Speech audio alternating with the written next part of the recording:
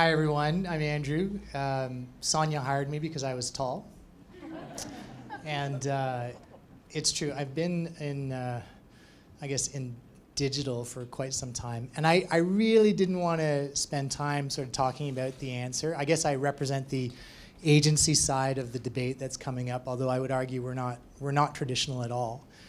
But I thought I would just spend some time warming you up for what hopefully is an exciting conversation. And I wanted to do that really by talking about my past. So I'm a digital guy. And what started my interest in the internet was science fiction. And so I'm sure you were wondering, like, what kind of science fiction did this guy write? So I thought I would just sort of show you as well. Some of the classics in front of us are The Day of the Triffids. Anyone read those? Hailed as a masterpiece of science fiction of all time? No? No? Maybe not. Isaac Asimov's I, Robot, also a classic. There you go. Yeah. I thought Will Smith's rendition was sadly underperforming. You agree? Yeah. And then who would have thought L. Ron Hubbard, the founder of Scientology, could write a 1,200-word opus on science fiction? It's actually a great book. John Travolta was great in the movie.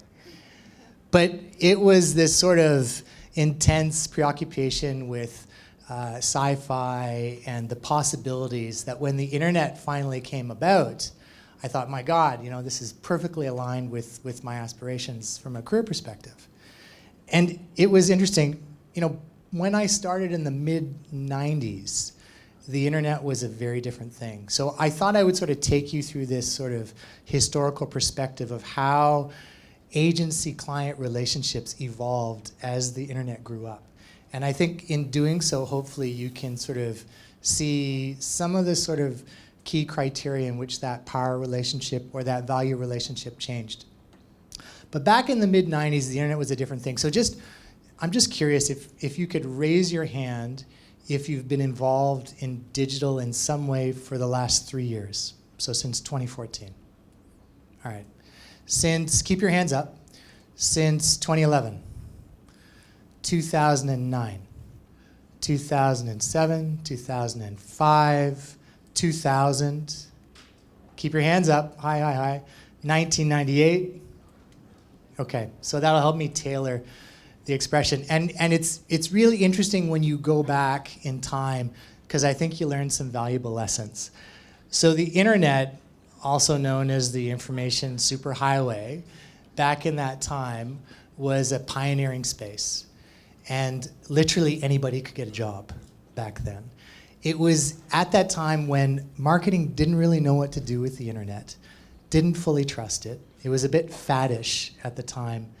And as a result, it was the people who were willing to place a bet on their careers. So we started off, and we knew so much more than the client. We literally knew years and years of knowledge ahead of the client. And today, it's reduced to weeks or sometimes months, quite frankly.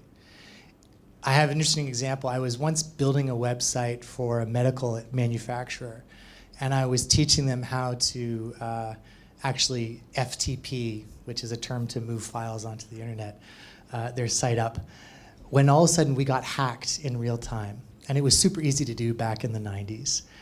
And all of a sudden, back then, it was the cool thing to attach your website to the homepage of your browser. I don't know why people did that, but everyone did it. And someone had put a picture of a naked man on the homepage of the website. And so this guy started running through the hallway screaming, "There's a naked man on the website, there's a naked man on the website." And then back then, of course, everyone sort of uploaded to the browser, went to the homepage. And so everyone had this picture of a naked man on their website, but nobody knew how to clear the cache of the browser. And so I actually had to spend the next afternoon going into people's browser to clear their history settings. And it's representative of, I think, the different sort of knowledge that very specific people had, because it hadn't really floated out into the mainstream. At the time, there was really only one job, client side, where people played an active role in the internet. And you're probably aware of what that is. It was not this, it was the webmaster. right? And so the webmaster was a really interesting position. It was not one that I thought had a lot of, I guess, career longevity. Like, you didn't have much of a room to go. You could, I guess, be a senior webmaster, but that was probably it. And you didn't necessarily fit within technology or marketing. No one really knew what to do with you. But you had these sort of magical skills, right? You were the only one in your organization who could control this thing called a website, and you knew the difference between dial-up and broadband. You had this sort of mix of graphic skills, but it wasn't until, I think, content started becoming relevant and broadband came to surface that we started seeing now a relevance for the marketing department. And then marketing departments were all of a sudden, oh, we've got all this interesting stuff that we could show. Initially, it was actually not that way. This is the dancing baby of 1995. And so when Kim Kardashian talks about breaking the internet, the dancing baby actually broke the internet in 1995. Like, it literally broke the internet. The internet wasn't actually that strong, and it literally broke parts of the internet. And it's because you had to download this sort of fairly large animated GIF. And it really served little to no purpose. But people were mesmerized by the dancing baby. And so people started then sort of putting it together. Okay, so I've got a webmaster. I see the potential of broadband content. Now they started developing tool sets. And so we started building things for the webmaster, and then it was the PR department, and then it was the webmaster moving into marketing, and then they could actually send messaging out. This was way before e-commerce, right? So we were still at the brand awareness stage. And then we started having tools, right? So this is a box of Macromedia Dreamweaver 3. And back then, the bigger the box, the better the software was. And Macromedia Dreamweaver 3 was like the single and only tool you needed to conquer the web. It had everything. It was CMS, you could do graphics manipulation, you could FTP, you and a webmaster and Macromedia Dreamweaver 3, you were set. So it's interesting that, you know, for a $1,000 piece of software and someone with a salary of $35,000, then you could broadcast this message out. And I think that was sort of a tipping point when that first example of in-house agency, sort of in-house digital skill set, started becoming relevant to marketing departments. But then I think it's worth sort of fast forwarding to today. And I love this quote that was done by arguably one of the godfathers of the internet. Software is eating the world. So imagine that webmaster with one tool, and today, how many pieces of software do you interact with to do your job? Arguably 40, 60, maybe 100. And think about now the specialization and the complexity that you're capable of in your own organization.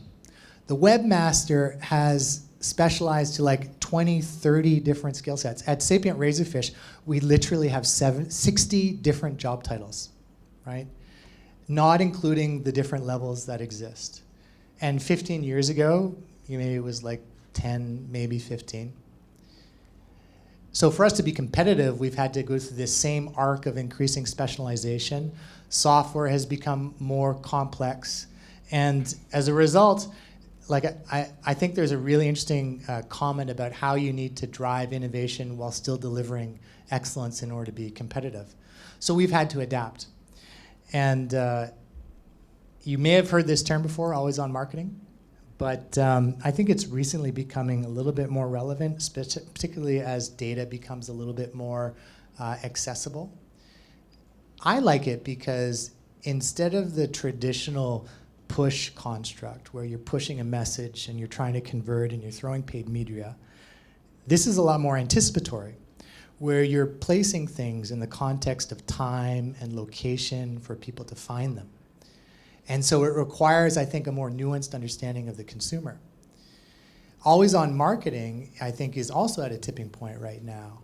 And when you think of you as marketers, what implications it has, as well as for agencies, about the type of roles and skill sets we provide, it's no longer just building websites, is it, right? It's much more of a fusion of technology, creativity, and data.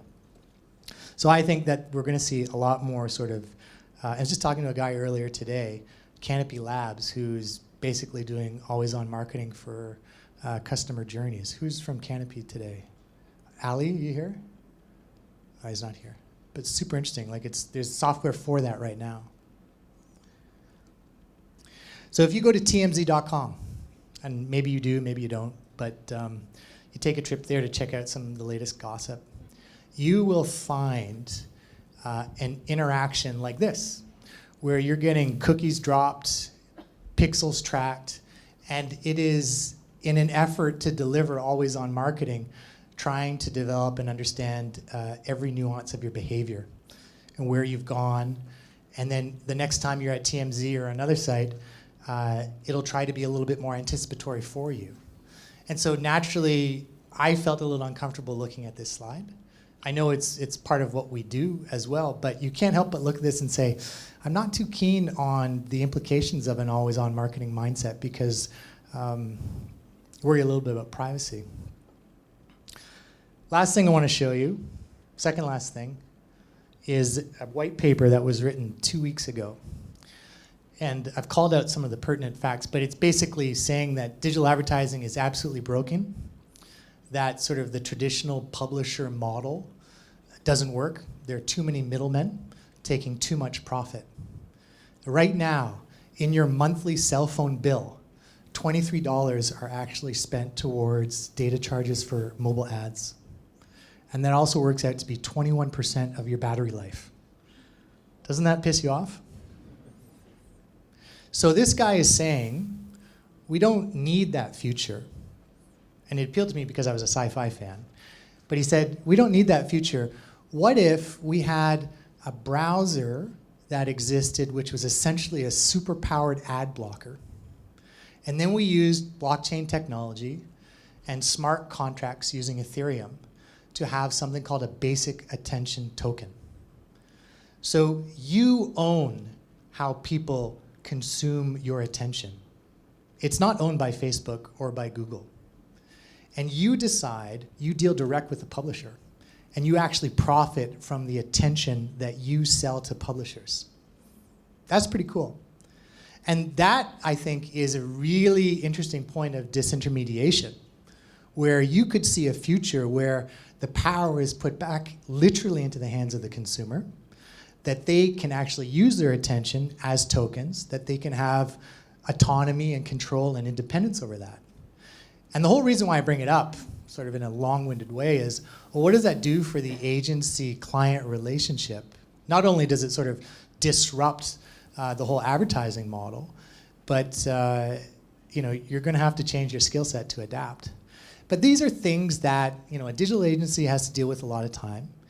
And at its core, just to sort of finish up, I honestly believe that a company like ours that's been around for 24 years has had to innovate. And if you can innovate and balance how you're delivering, you're going to be fine. So that applies, I think, to all companies. If you mess up that balance and you can't get sort of your level of delivery excellence balanced with your innovation, I don't honestly think you've got a very bright future. So thanks very much. Appreciate it.